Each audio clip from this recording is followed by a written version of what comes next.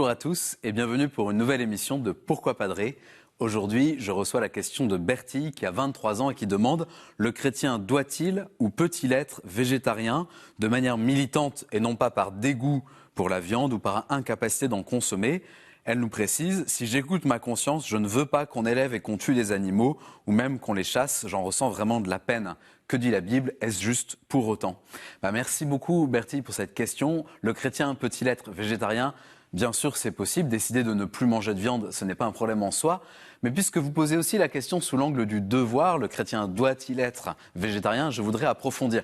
Vous décidez d'arrêter de manger de la viande, si je comprends bien, c'est un acte militant, militer contre le fait que les animaux soient tués pour être mangés. Et vous dites donc que le problème, le mal, c'est de tuer des animaux. Eh bien, sur ce point-là, je ne suis pas d'accord avec vous.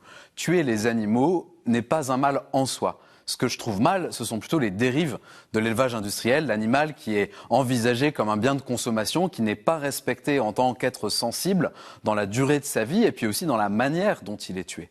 Voilà pour moi la dérive véritable. Mais décider de ne pas manger de la viande pour refuser le fait que des animaux puissent être tués par l'homme, cela me semble problématique parce que je crois que ça relève d'une naïveté périlleuse. Je voudrais vous expliquer mon point de vue avec quelques éclairages bibliques. Dans la Bible, les choses sont claires. Avant le péché originel, Dieu donne à l'homme et à la femme un régime végétarien. Et puis après la chute, après le péché originel, après l'assassinat d'Abel par Caïn, les hommes mangent de tous les vivants. Et Dieu dit même à Noé que ce régime est devenu la normale. Et Jésus, qui sauve toute l'humanité, assume cette histoire d'un peuple qui mange de la viande et même qui honore Dieu en accomplissant des sacrifices d'animaux. Et si on regarde bien, le moment le plus important de la vie du Christ, c'est un sacrifice sanglant, le sacrifice de lui-même, lui qu'on présente comme l'agneau de Dieu.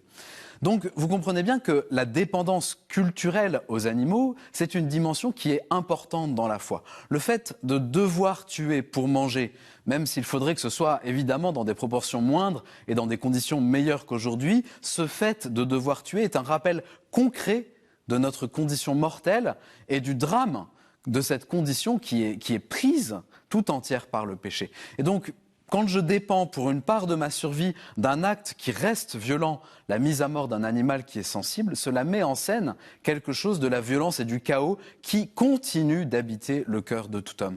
Alors, je suis d'accord avec vous, Bertie, il faut que l'humanité s'améliore, mais on ne deviendra pas meilleur en mangeant des lardons végétaux. Et si on n'a plus aucun rapport à l'animal en tant que mise à mort, on ne pourra plus rien comprendre au mystère de l'Eucharistie, qui est la mise à mort d'un innocent. C'est donc un vrai problème, un problème profond. Attention à ne pas prendre de fausses bonnes solutions.